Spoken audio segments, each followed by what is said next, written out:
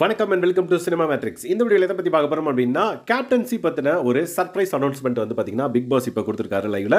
அதை பற்றி நம்ம டீட்டெயிலாக பார்த்தலாம். அதுக்கு முன்னாடி நம்மளோட சேனல் நீங்கள் சப்ஸ்கிரைப் பண்ணாமீங்கன்னா சப்ஸ்கிரைப் பண்ணி சப்போர்ட் பண்ணுங்க. A23 வந்து பார்த்தீங்க அப்படின்னா கேப்டன்சி டாஸ்க் வந்து முடிஞ்சிருச்சு. அதனால இப்போ நாங்கள் கேப்டன்சி லீடர் போர்டு வந்து காமிக்க போகிறோம்.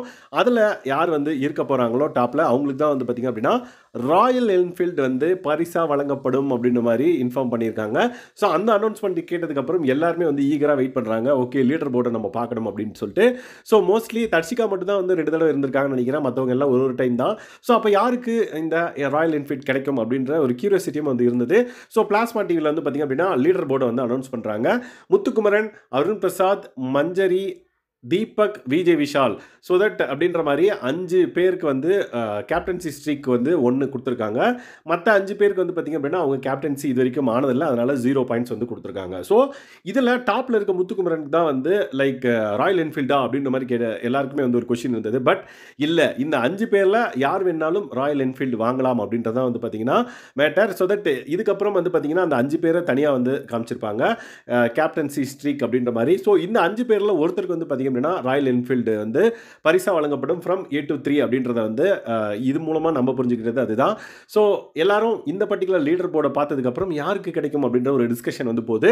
அதில் வந்து பார்த்திங்க அப்படின்னா ஒருத்தர் என்ன சொல்கிறான்னு பார்த்தீங்கன்னா ஜாக்லின் வந்து லைக் இந்த 5 பேரில் யார் கடைசி வரையும் இருக்காங்களோ அவங்களுக்கு தான் வந்து இந்த ராயல் என்ஃபீல்டு அப்படின்ற மாதிரி சொல்கிறாங்க.